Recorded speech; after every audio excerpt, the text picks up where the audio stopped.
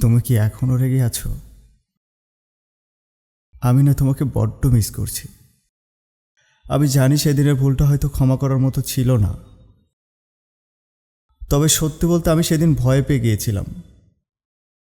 তুমি হয়তো ভাবছো আমি অন্য কারোর সাথে রিলেশনে জড়িয়েছি, কিন্তু সত্যি বলতে এই 2 বছর আমি তোমার থেকে দূরেই ছিলাম না। হয়তো আমাদের মধ্যে শুধু কথা বলা আর দেখা করা বন্ধ ছিল, কিন্তু তুমি আমার মধ্যেই ছিলে।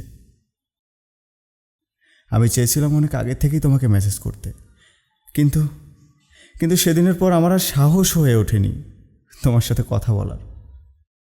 কিন্তু জানো, আমার সবটা জুড়েই তুমি ছিলে, আজও আছো। আমি তোমাকে তোমার বার্থডেতে উইশ করেছিলাম, মনে করে দেখো। একজন তোমার ঠিক রাত 12টায় কল করেছিল, কিন্তু কথা বলেনি। মনে করে দেখো, তোমার জন্মদিনে একটা অনলাইন গিফট আসতো তোমার ঠিকানায়। এসব না আমিই করতাম। আমি জানি না তুমি কখনো চেষ্টা করেছো কি না আমাকে খোঁজার জন্য, কিন্তু আমি তোমায় নিয়ে সারাক্ষণ ব্যস্ত ছিলাম। মাঝে মাঝে এমনভাবে তোমাকে মনে পড়তো, আমি বন্ধুদের বলে কনফারেন্স কল থেকে তোমার আওয়াজ শুনতাম।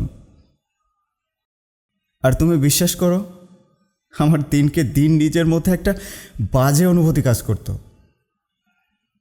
আবার খুব কষ্ট হতো এসব ভেবে, সেদিন যদি আমি তোমার পাশে দাঁড়াতাম তাহলে আজ তুমি আমার সাথে থাকতে। একটা সময় এসে তো আমি তোমাকে দেখার জন্য ছটফট করতাম। আমার শুধু সেদিনের একটা ভুল তোমাকে আমার থেকে কেড়ে নিয়েছে। আমি এই 2টা বছর নিজের সাথে অনেক লড়াই করেছি। আমি ভেবেছিলাম আর হয়তো তোমাকে কখনো পাওয়া হবে না, কারণ আমি জানতাম তুমি আর আমাকে কখনো ক্ষমা করবে না। ভুলটা আমারই ছিল। সেদিন যদি আমি তোমার পাশে থাকতাম, আজ তোমাকে অন্যের পাশে দেখতে হতো না আমাকে।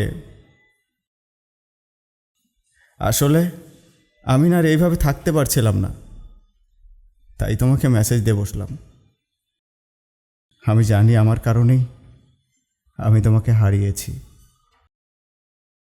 ভালো থেকো।